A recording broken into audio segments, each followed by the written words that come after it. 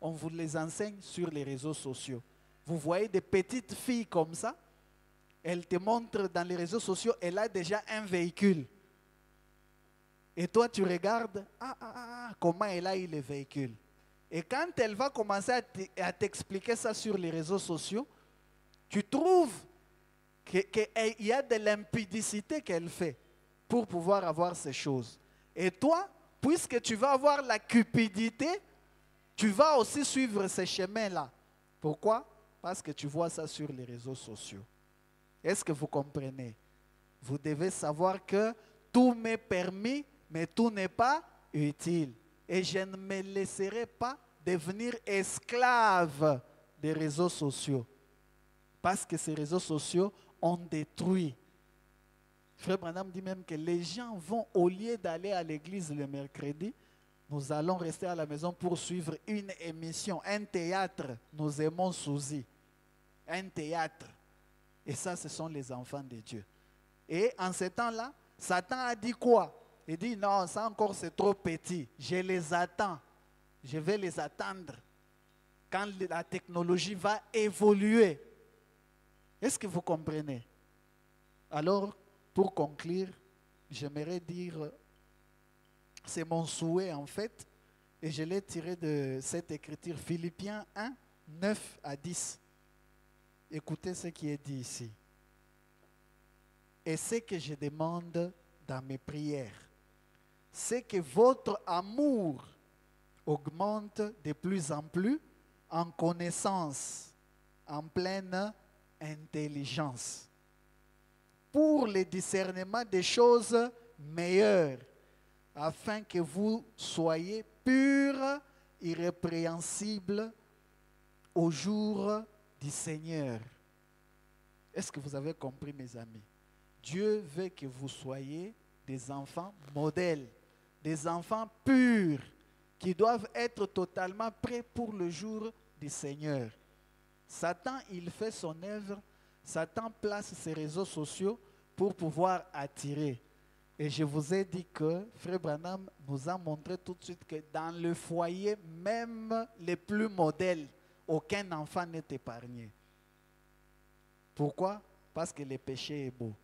Et tous ces péchés-là, on vous envoie ça avec violence sur les réseaux sociaux.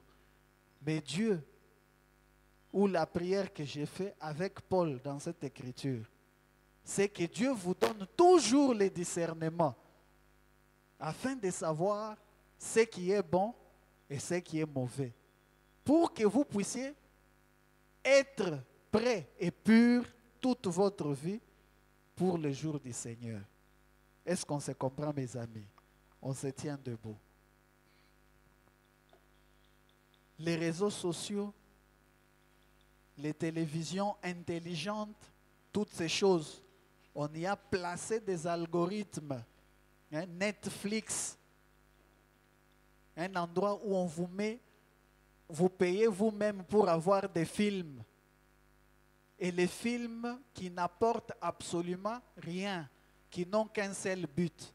Vous initiez dans la magie, vous initiez dans l'homosexualité, dans l'impudicité, dans le mal, dans la rébellion. C'est tout ce qu'on vous enseigne sur les réseaux sociaux. Et comme Frère Branham l'a dit là, ce sont des choses qui attirent. Parce que naturellement, nous sommes liés à la terre, à ce qui est chair, ce qui est charnel. Et c'est là que Satan joue pour nous détruire. Et si nous n'avons pas le discernement, si nous n'avons pas le discernement des choses qui sont meilleures, alors on va se laisser mourir comme cela.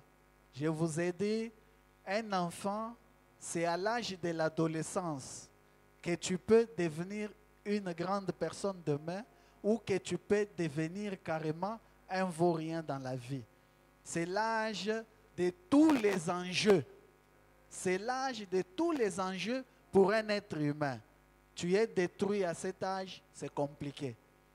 Cependant, sur les réseaux sociaux, on enseigne aux jeunes filles, pendant que nous vous enseignons ici les 3 vertus. Là-bas, on va vous enseigner que toutes ces choses ne valent pas. Mais le jour où tu as détruit toutes ces trois vertus-là, plus tard, quand tu seras grande, quand tu verras maintenant l'importance de cela, ça sera trop tard. Pourquoi? Parce que ça ne va pas revenir. Est-ce que vous me comprenez, mes filles? Est-ce que vous me comprenez? Quand tu as détruit ces trois vertus aujourd'hui, plus tard, tu commenceras à penser à cela, mais c'est irréversible. Ça ne rentre pas. Tu as détruit, tu as détruit. Alors vous avez tout intérêt à être sage, à être intelligent dans ce que vous regardez. On vous a donné le téléphone. Moi, je ne sais pas pourquoi papa vous a donné ce téléphone. Mais qu'est-ce que vous en faites? Je me souviens un jour, le pasteur est venu par surprise. Dans l'église, il prêche. Il dit au diacre, fermez les portes de l'église. Le diacre ferme les portes de l'église et il dit, prenez les téléphones de tous les célibataires. Maman Becky, tu étais là, non? Prenez les téléphones de tous les célibataires. Et les diacres ont pris tous nos téléphones, même les miens avaient été pris. J'étais célibataire en ce temps-là. Je vous dis, quand les diacres ont fouillé les téléphones des jeunes gens, on a vu des choses terribles. On a vu des choses terribles. Vous vous imaginez? Et aujourd'hui, si on prenait les téléphones de vous, nos enfants ici, quelles sont les conversations que vous parlez avec vos amis dans Messenger, dans WhatsApp et dans toutes ces choses? Quelles sont les choses que vous regardez dans les réseaux sociaux? Mais sachez que tout ça, c'est pour la destruction. Satan n'est pas votre ami. Il ne peut rien faire de bon. Tout ce qu'il fait, c'est pour nous détruire. Et on est à l'âge propice. Mon conseil, c'est que cet âge que vous avez aujourd'hui, c'est le meilleur âge que vous ne pouvez jamais imaginer. C'est le meilleur âge où tu peux facilement avoir le Saint-Esprit parce que tu as tout ton temps. C'est le meilleur âge où tu peux avoir encore beaucoup plus de connaissances de Dieu parce que tu as encore tout ton temps. Il y aura un temps où ça ne sera plus facile parce que tu auras beaucoup d'occupations.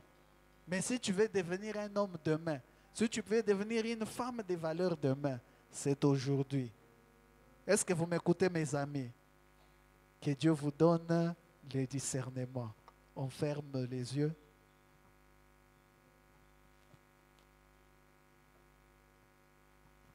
Être comme Jésus, je veux. Oui, tout au long du voyage, avec nos yeux fermés, de ma vie. Oui, oui, oui, je demande seulement à être comme. Vivre comme je veux. Oui, oui, oui, tout au long du voyage de ma vie. Oui, oui, je demande seulement à être comme lui. Adressons à Dieu un mot de prière. Demandons à lui la grâce de nous soutenir, de nous aider dans cette partie très essentielle de la vie. Alors que le diable est en train de grincer les dents, il cherche comment vous attirer vers son camp. Vous avez entendu un avertissement solennel ce matin. Dieu qui vous dit, ne courez pas de risques les enfants, parce qu'un jour vous allez regretter. Ça sera plus tard que vous le pensez. La parole que vous avez entendue ce matin, cet avertissement est solennel. Un jour, vous allez entendre la même voix sous vos oreilles, en train de vous parler, vous dire, ces jours-là, tu avais entendu, est-ce que tu avais abandonné? Ça sera déjà trop tard. Pendant que vous avez l'occasion ce matin, dites à Dieu, Seigneur, je regrette d'avoir mal utilisé mon téléphone. Pourtant, un bon instrument qui m'aide pour la communication, mais je commence à utiliser abusivement cela. Seigneur, donne-moi pardonner. Que Dieu qui voit toute sincérité du cœur, que Dieu qui voit, son œil voit partout, qu'il vous pardonne, vous accorde son pardon. Et quand on demande pardon à Dieu, c'est pour abandonner définitivement la mauvaise voie. Parce qu'on ne peut pas demander pardon et continuer encore à vivre dans cette mauvaise voie là-bas. Non.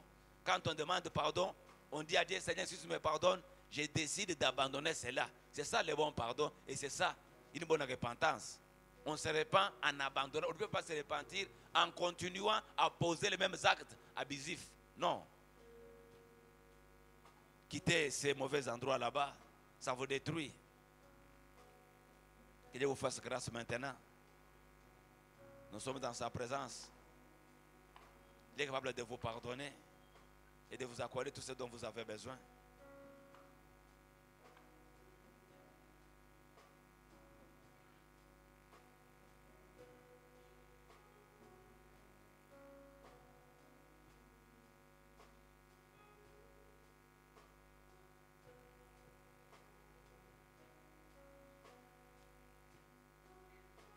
Le frère Branham a parlé, il a prêché une prédication qu'il a intitulée l'avertissement, puis j'ai le jugement.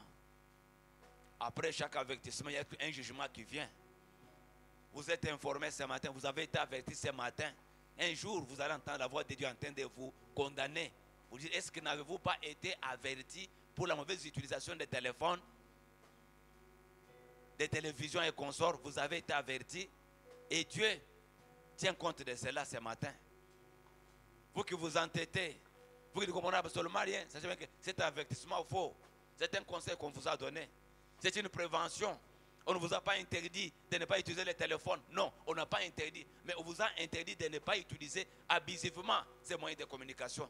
Et ça, c'est le diable qui est fait. Revenez à la bonne utilisation. Dites à Dieu, Seigneur, je veux que mon téléphone soit pour ton honneur. Est-ce que j'ai mon téléphone pour l'honneur de Dieu? Dites à Dieu cela ce matin dans votre prière. Même quand vous allez rentrer à la maison, dites à Dieu, Seigneur, je ne savais pas. J'aime utiliser ce téléphone ici, mais je me décide maintenant d'en faire un bon usage. Dieu de grâce, Dieu tendre. Ta parole nous est utile pour la vie.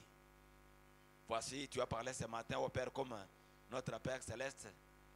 Tu nous as avertis, tu nous as montré la bonne voie. Selon la parole, tu nous as dit, montre l'enfant la voie qu'il est censé suivre quand il est encore enfant. Quand il grandira, il ne va pas s'en détourner. Père Tout-Puissant, notre responsabilité ce matin, oh Dieu, était de montrer à ces jeunes qui sont attaqués par les diables. C'est toi cet âge ici. Les diables cherchent les moyens tout possibles pour les anéantir. Mais ce matin, je viens au Père Céleste pour solliciter ta grâce. Cette grâce qui avait été accordée à William Branham. Cette grâce qui était avec Jésus.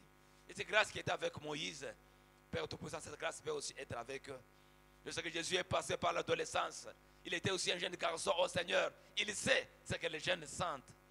C'est pourquoi ce matin, je viens plus près de toi, ô Père. Comme Jésus est passé par là, comme il sait ce que les jeunes ont fait, vraiment ce qu'ils peuvent faire à cet âge-là, Seigneur, alors je demande maintenant la compassion. Je demande maintenant le pardon pour eux, Seigneur. Je plaide, j'intercède en leur faveur pour que ta grâce puisse descendre maintenant.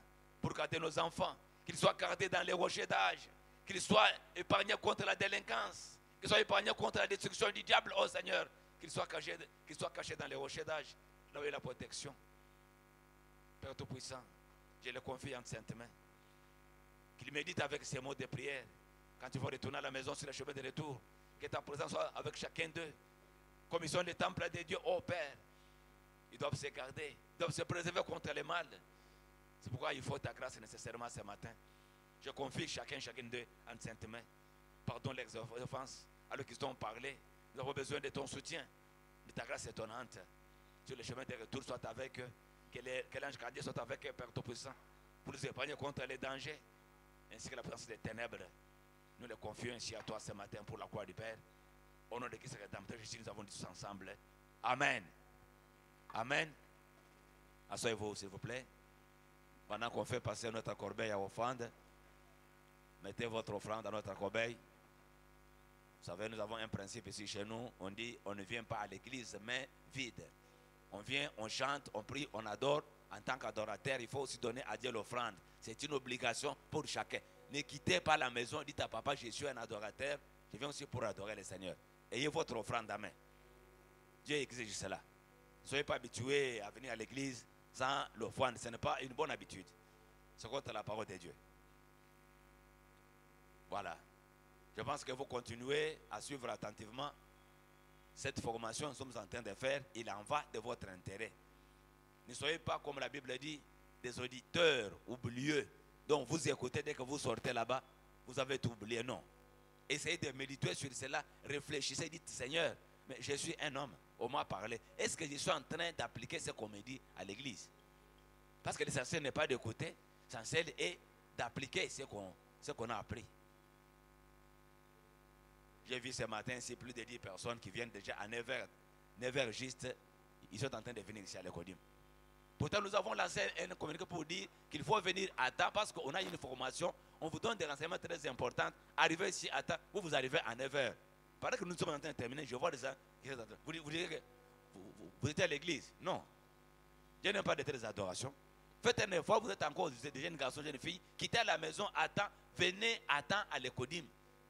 Nous n'avons que 30 minutes par semaine, hein, pas plus. Et ces 30 minutes-là, vous venez à 9h juste. Vous avez écouté quoi? Honte à vous ce matin, vous qui êtes arrivé en retard. Honte à vous. Ce n'est pas une bonne chose. Autre chose encore, je voudrais vous informer. Nous avons suivi depuis hier le gouvernement déclaré que Kinshasa est attaqué par un démon qu'on appelle le choléra. Choléra, c'est une maladie des mains sales. Pendant cette saison ici, elle est répandue partout et ce sont souvent les jeunes qui sont atteints. Je vous préviens,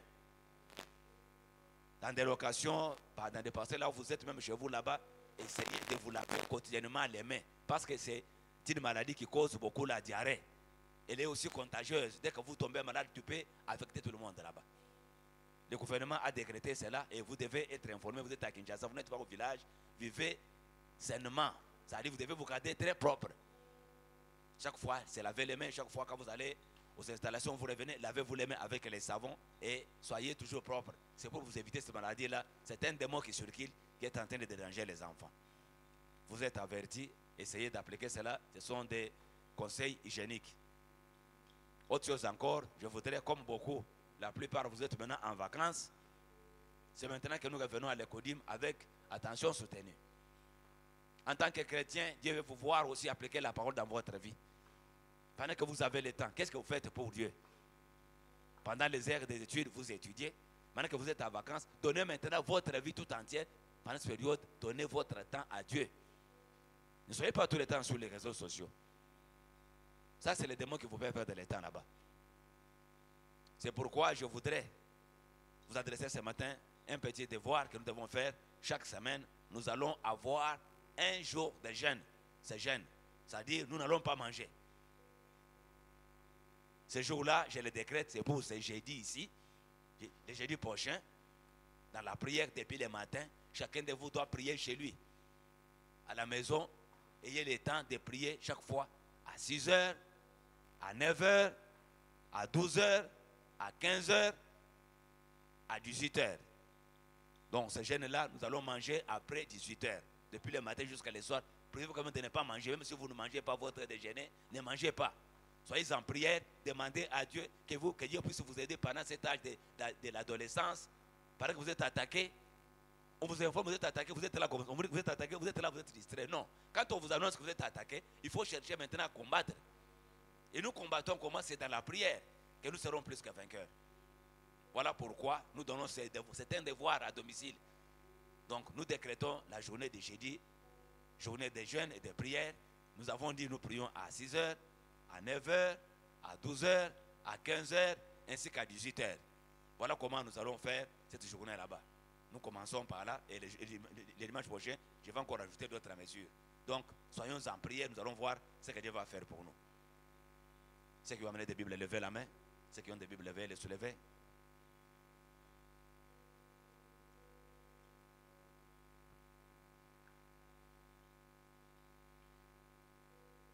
Vous comprendrez, ce matin, nous avons un peu dépassé largement notre temps parce que vous êtes aussi arrivé en retard. Je n'ai que 30 minutes de formation. Quand vous arrivez après 30 minutes, qu'est-ce que moi dois faire maintenant? Je dois aussi récupérer mon temps. Ok. ABC. Ceux qui ont amené des cahiers de notes.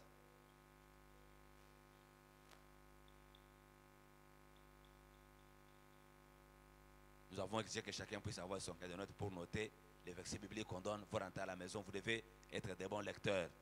Vous devez lire ce qu'on écrit. Ne mettez pas seulement dans les cahiers. Vous retournez, réalisez les mêmes versets là. On a dit Galates, on a lu beaucoup de versets ici ce matin. Ici. Vous les lisez. Ok, ABC. Très bien. Faites un effort pour avoir vos notes à prêter. Et nous allons continuer le dimanche prochain avec autre chose. Que Dieu vous bénisse. Commençons à sortir. Saluez papa et maman. Soyez de bons enfants. Des enfants chrétiens. Des enfants qui peuvent défier les diables. Pendant que le diable est en train de corrompre le monde, nos enfants ont des téléphones, ils les utilisent correctement. C'est un défi que nous devons relever. Et le diable doit savoir qu'il y a des enfants qui sont des vainqueurs. Vous devez vaincre le diable, même dans les téléphones. Ne laissez pas le temps de vous vaincre lui. Qu'il soit vaincu même dans vos téléphones, même quand vous êtes, qu'il voie que cette génération, c'est une génération de vainqueurs. Priez Dieu, soyez en prière depuis jeudi. Que Dieu vous assiste. Moi aussi, je serai avec vous, je vais vous accompagner. Paraît que vous êtes là à 6h, à 9h, c'est bien que Papa Nathan est avec nous. Quand vous avez un besoin, une prière comme ça, pendant ce temps-là, adressez votre requête à Dieu. Pendant ces heures-là, nous serons aussi connectés à vous. Dieu va vous assister. Que sa grâce soit avec vous ce matin, jeune fille, jeune garçon.